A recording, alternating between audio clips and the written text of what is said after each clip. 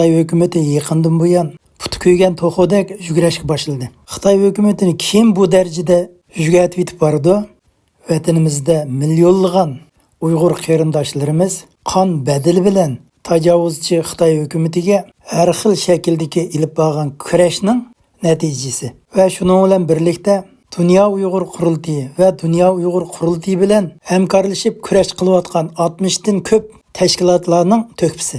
Dünya Uyg'ur Qurultiyi o'rinlashtirgan Londondagi Uyg'ur sudida hech qanday tahdiddan qo'rqib qolmay guvohlik bergan lager shohidlarimizning to'kpisi. Bu yil 5-oy mezgilda Birlashgan Davlatlar Tashkiloti Kishilik huquq oliy komissari Michel Bachel xonim vatanimizga berib Uyg'ur masalasini o'zdan kechirmoqchi bo'layotgan mezgilda 5000 ga yaqin chet elda yashayotgan Uyg'ur Tibet xalqi Janvaga berib namoyish qilish va dunyoning har qaysi joylaridagi Uyg'ur qarindoshlarimizning iqtisodiy jihatda yordam qilishi, Dünya Uyg'ur Qurultiyi va 60 dan ortiq tashkilotlarningki imzo atgan talab xati va London sud kollegiyasidan chiqarilgan hukmnomani Xalqaro kishilik huquq oliy komissar ishxonasiga sunganligining bir natijasi ko'rinish oldida. Ya'ni Michel Bachel xonim vatanimizga borganda o'z ko'z bilan lagerlarni ko'rish, Ilhom To'xtini o'z ichiga olgan lagerdagi ziyonlarni ko'rish talab qilingan.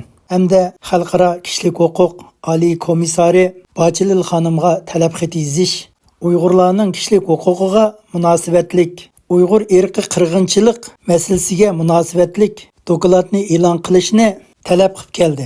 Dünya Uyg'ur Qurultiyini ichiga olgan dunyoning har qaysi joylaridagi tashkilotlar va Uyg'ur xalqimizning Xitoy hukumatiga qarshi ilib borgan kurashning natijasida yaqindan buyon Xitoy hukumati iqtisodiy jihatda vayron bo'lishga boshladi. Mushu bir hafta ichida Xitoyning tashqi ishlar ministri Wang Yi 20-30 yildan buyon Afrika davlatlariga pul qarz bergan, ya'ni Afrikadagi 17 davlatning qarz pulini Wang Yi kechirim qilib o'tgan.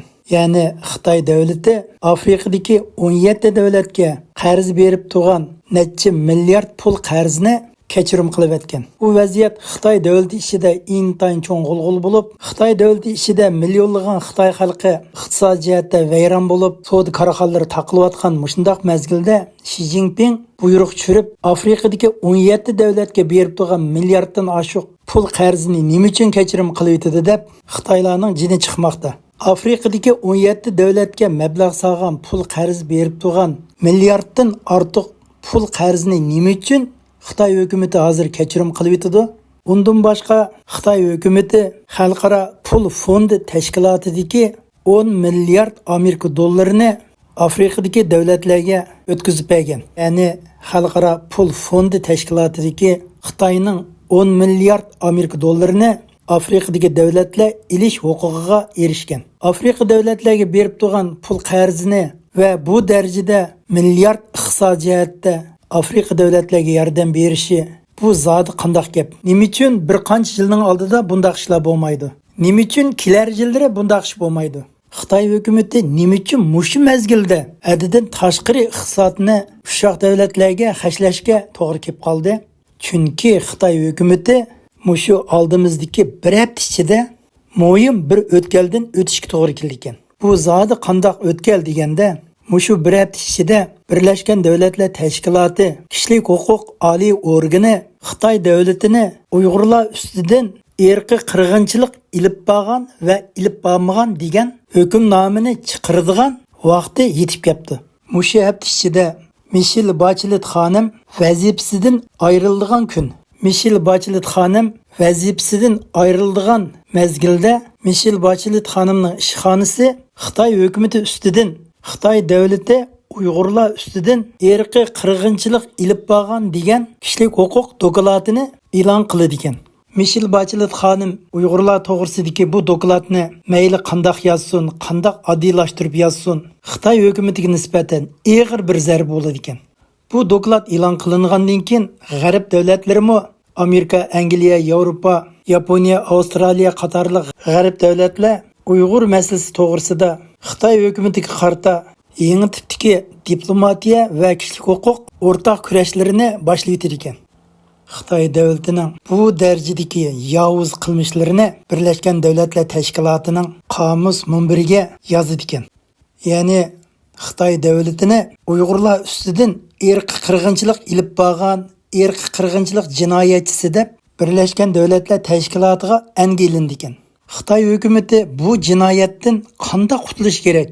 Xitoy hukumati bu jinoyatdan qanday qutulib chiqish kerak? Mana bu masala Xitoy tashqi ishlar masalasining eng bir muhim masalaga aylangan. Xitoy hukumati nurg'unlagan jinoyat ishlarni sodir qilib, har bir qitimda har xil o'tkaldan o'tib kelgan bo'lsa-mu, bu qitimqi o'tkaldan o'tishi bundaq osonga to'xtamaydi ekan. Xitoy hukumati puti ko'ygan to'xodek taraf-tarafga yugurib, mushu o'tkaldan o'tilish uchun Afrikadagi ushaq davlatlarga yolvorishga boshlagan.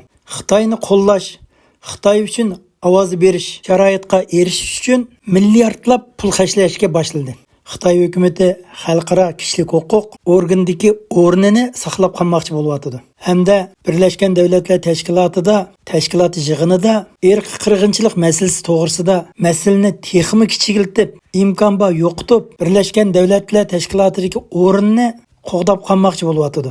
Xitoy hukumati xalqaro oldida o'zining jinoyatini yoshirish uchun Janubiy Latin Amerika qit'alariga texmi zo'r ko'lamda yordam pul berishni boshlamoqchi bo'lib o'tibdi. Demak, buning natijasi bo'lamdi. Xitoyning pulni xarjlagan davlatlar balkim Xitoy davlatining chapini ko'tarishi mumkin. Buning natijasi qanday bo'ladi? Oldimizda kunlarda ko'ramiz. Uyg'ur xalqining tajovuzchi Xitoyga ilib berayotgan kurashlari Xitoy hukumatini ichidan xo'rtishga boshladi. Dünya Uyghur Qurultiyi bilan birlikda hamkorlashib, Xitoyga qarshi kurash qilayotgan 60 dan ortiq tashkilotlar har qaysi davlatda yashayotgan Uyg'ur xalqlarimizning qo'llab-quvvatlashining natijasida Xitoy hukumati xalqaro oldida o'zining jinoyatini yepish uchun necha 100 milliard pul xarjlayotdi.